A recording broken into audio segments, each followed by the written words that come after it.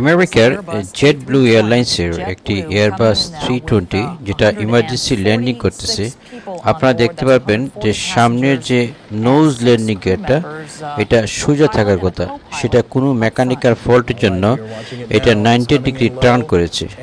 এই 90 degree turn করার জন্য ক্যাপ্টেনকে অবশ্যই এটা ইমার্জেন্সি ডিক্লেয়ার করেছেন এবং ইমার্জেন্সি ডিক্লেয়ার পর উনি অবতরণের জন্য আসতেছেন। এখানে যেটা দেখাবে যে অবতরণের পরে উনি যতটুকু সম্ভব নোজটাকে উপর দিকে তুলে রাখবেন, কারণ নোজ সাথে সাথে লাগার পরে এটা এখানে ফ্রিকশন হবে এবং উনি এটাকে সেন্ট্রাল লাইন রাখতে অসুবিধা হবে। যেহেতু এটা এখন আসতেছে এবং একটু পরেই টাচডাউন করবে, এটা রানওয়ে 25 লেফট লস অ্যাঞ্জেলসের, এটা লংগেস্ট রানওয়ে লস অ্যাঞ্জেলসের। এটা বিশেষত যেসব উড়োজাহাজ ইমার্জেন্সি ল্যান্ডিং করে সেই সব উড়োজাহাজগুলোকে এখানে ল্যান্ড করতে দেয়।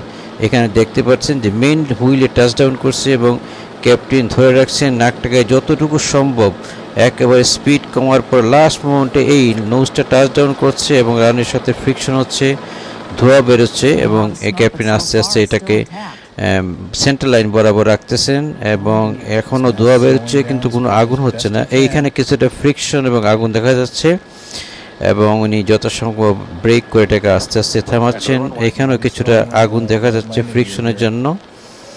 Airbus 320 Los Angeles airport runway 25 left JetBlue এয়ারলাইন্সের।